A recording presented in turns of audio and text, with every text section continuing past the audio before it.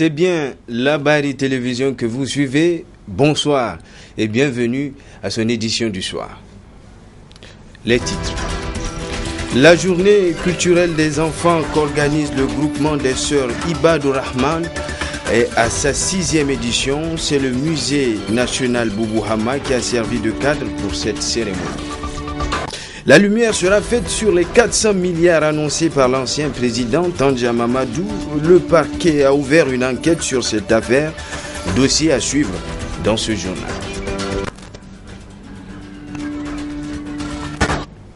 C'est le premier titre du journal. Le groupement des sœurs Ibadur Rahman a organisé ce matin au musée national Boubou Hama la 6e édition de la journée culturelle des enfants. Tout au long de la journée, le groupement s'est fixé pour mission de collecter des fonds au bénéfice des nécessiteux. Le reportage. C'est une journée récréative et de détente pour les enfants et les femmes, mais surtout caritative, qu'organise le groupement des sœurs Ibadur Rahman.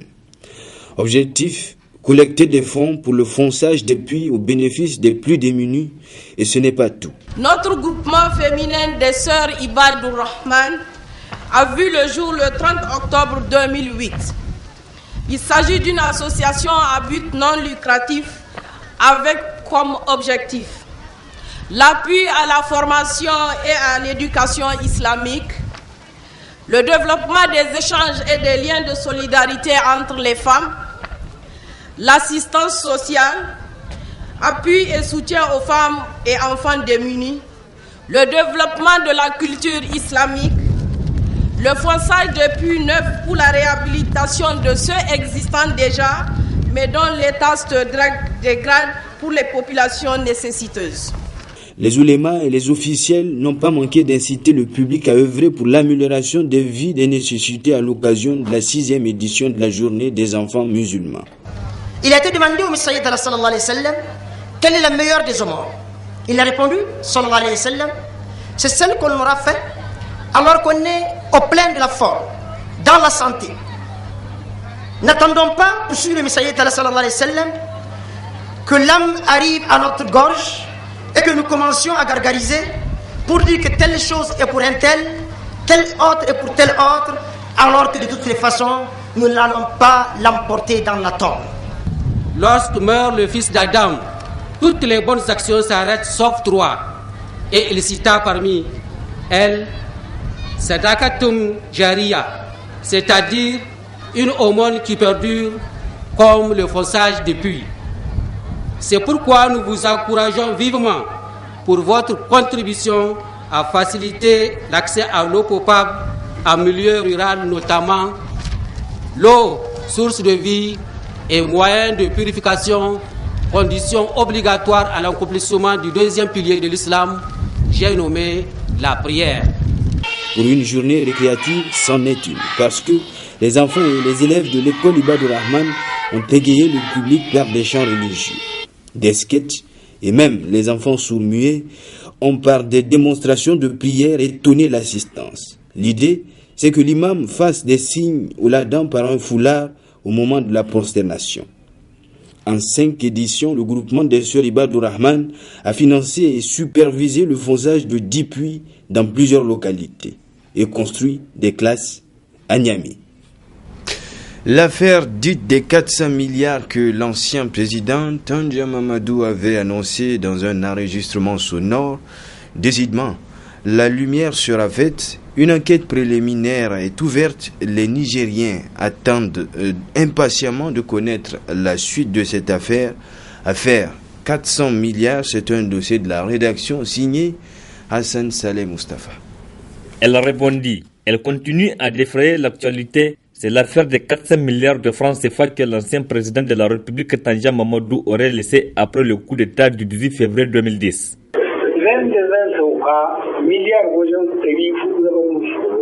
Lors de son dernier point de presse, le ministre de la Justice, Morou Amadou, a annoncé l'ouverture d'une procédure judiciaire. Plusieurs personnes seront entendues, dont l'ancien président Tanja Mamadou. Cette enquête est ouverte et il s'agit pour nous de faire la lumière sur cette question.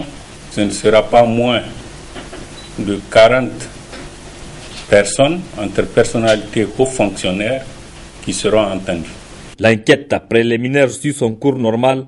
L'ancien président de la République, Tanja Mamadou, devait être entendu le vendredi 31 janvier à son domicile par les éléments de la gendarmerie. Mais son avocat estime que la procédure d'écouter un ancien chef de l'État, comme le prévoit le texte, n'a pas été respectée. J'ai écrit au président de la République pour lui dire attention, nous sommes bien d'accord qu'il y a un président de la République ou un ancien président de la République peut être entendu, interrogé. La loi l'a prévu, c'est une loi du 3 février 1994. Sa personne, la protection de sa personne est absolue. Sa personne est inviolable et donc on doit respecter sa personne. Et l'exercice de juridiction, ça veut dire que les tribunaux judiciaires nigériens que nous connaissons, qui peuvent vous juger vous et moi, ne sont pas compétents pour l'entendre ou le juger. Et qu'il faut pour cela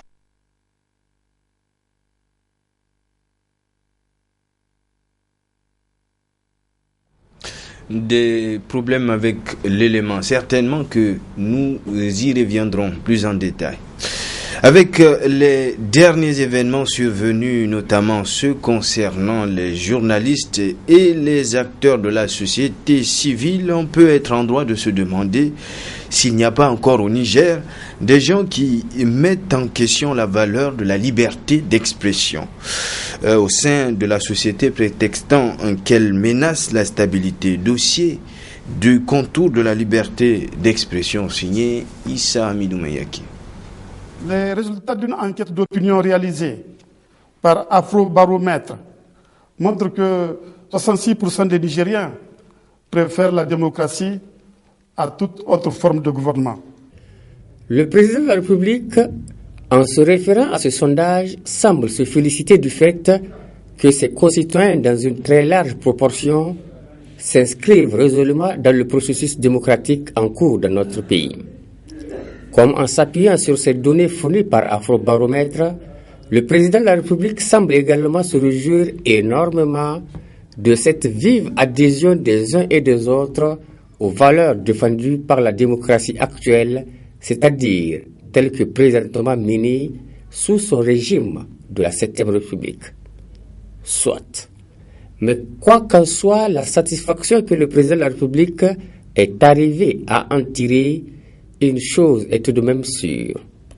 En s'exprimant en fait de la sorte, les Nigériennes et les Nigériens ont tout simplement voulu traduire dans les faits cette évidence qui veut que la faculté d'une société à être démocratique se mesure au respect de l'opinion des autres. Leur compréhension ici n'est ni plus ni moins que la liberté d'expression est indissociable de la liberté de l'homme. Je me réjouis de ce que 65% des Nigériens sont satisfaits de la manière dont la démocratie fonctionne au Niger. Je me réjouis aussi de ce que la presse privée soit satisfaite des conditions dans lesquelles elle exerce sa profession. Je voudrais à retour renouveler mon engagement qu'aucun journaliste n'ira en prison pour ses opinions durant mon mandat. En s'inscrivant dans cette logique et en marquant leur attachement à la démocratie, les Nigériennes et les Nigériens, notamment ceux concernés par ce sondage, ne font que traduire leur compréhension de l'article 19 de la Déclaration universelle des droits de l'homme adopté par les Nations Unies le 10 décembre 1948, qui stipule que tout individu a droit à la liberté d'opinion et d'expression, ce qui implique le droit de ne pas être inquiété pour ses opinions et celui de chercher, de recevoir et de répandre sans considération de frontières les informations et les idées par quelque moyen d'expression que ce soit. Au Niger, c'est l'article 30 de la Constitution qui garantit cette disposition juridique universelle.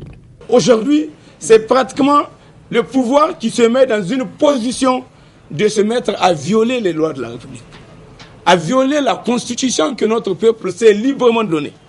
Dans notre Constitution, la garantie est bien donnée de la liberté d'abord de penser, la liberté d'opiner, de donner donc l'opinion pensée, et la liberté de l'exprimer à travers tout moyen, en particulier les moyens comment on appelle, de la presse, qui est le moyen le plus commun, parce que la liberté de presse est garantie dans notre pays. Et cette liberté de presse, tellement elle est garantie qu'une loi avait été prise. Mais seulement voilà, au Niger, sous ce même régime de la 7e République, l'exercice dans toute sa plénitude de cette disposition constitutionnelle, qui devrait normalement être sans conséquence, ne se passe pas comme ça.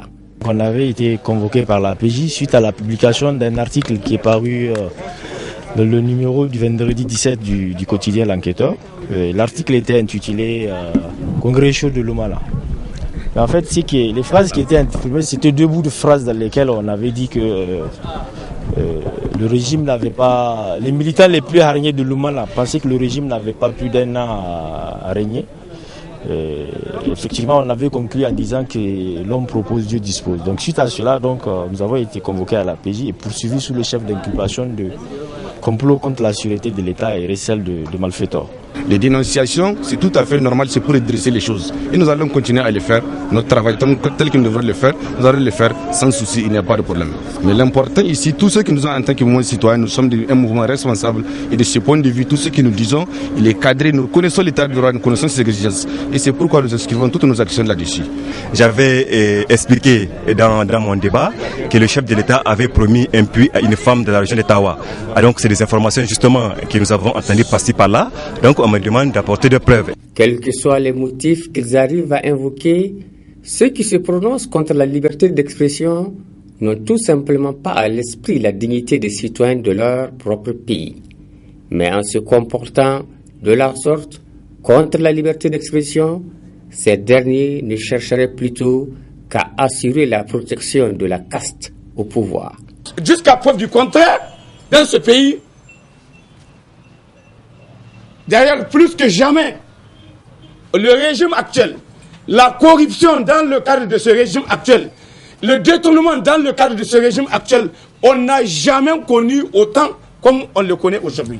Parce que c'est la première fois qu'on a affaire à un régime où on a assisté en l'espace de moins de 3 ans aujourd'hui, où les acteurs du pouvoir sont venus à s'enrichir, se sont embourgeoisés. Ils sont devenus des multimilliardaires. Et ce qu'on est en train de dire, ce n'est pas du mensonge. Non seulement ils ont des richesses au niveau national, mais ils ont acquis aussi des richesses à l'extérieur. Quelle est la faute de celui qui relève une situation comme ça et qui dit: la liberté d'expression est la clé de voûte des droits de l'homme qui garantit de surcroît les autres libertés. La liberté d'expression favorise à la fois la transparence et une politique juste. La liberté d'expression veille à ce que la société puisse vraiment bénéficier de l'État et ce, au-delà du simple régime des lois. Pour cela, la liberté d'expression et d'opinion est un droit qu'il faut conquérir par la lutte et non pas un bienfait que l'on souhaite voir venir. Et puis le comité olympique et sportif national du Niger, COSNI, était ce matin en assemblée générale ordinaire. Une étape qui constituera le processus de renouvellement du bureau exécutif du COSNI. Compte rendu, Ibrahim Tekire, Omar Moussa. Le processus qui va conduire au renouvellement du bureau exécutif du Comité olympique et sportif national du Niger, COSNI, est enclenché. Première étape, l'AG ordinaire de ce 1er février 2014. En réalité, l'Assemblée générale ordinaire de ce matin est une étape dans le processus, n'est-ce pas, du renouvellement du bureau du comité exécutif, dont la réunion élective se tiendra au mois de mai. Ce matin, nous avons à l'ordre du jour de notre réunion essentiellement 2 points. Le premier point, c'est l'adoption du procès verbal de la réunion du 16 novembre 2013 que nous avons tenue ensemble ici. Et au deuxième point, nous allons discuter du profil de certaines personnes que nous souhaitons vous proposer pour constituer conformément à nos statuts la commission électorale indépendante qui sera chargée donc du processus de déroulement des élections, comme je l'ai dit, au mois de mai. Voilà essentiellement ce que nous aurons à faire ce matin. Je souhaite que vos contributions soient précises, concises et qu'il y ait beaucoup d'interventions, d'observations pour que nous puissions, à la fin de nos travaux, sortir quelque chose d'acceptable pour l'ensemble du mouvement sportif et olympique. Après la mise en place de la commission électorale, place aux préparatifs de l'Assemblée générale élective du COSNI prévue en mai prochain. Doula Talata sera-t-il candidat à sa propre succession? Écoutez, tout dépend de ce que nous allons arrêter.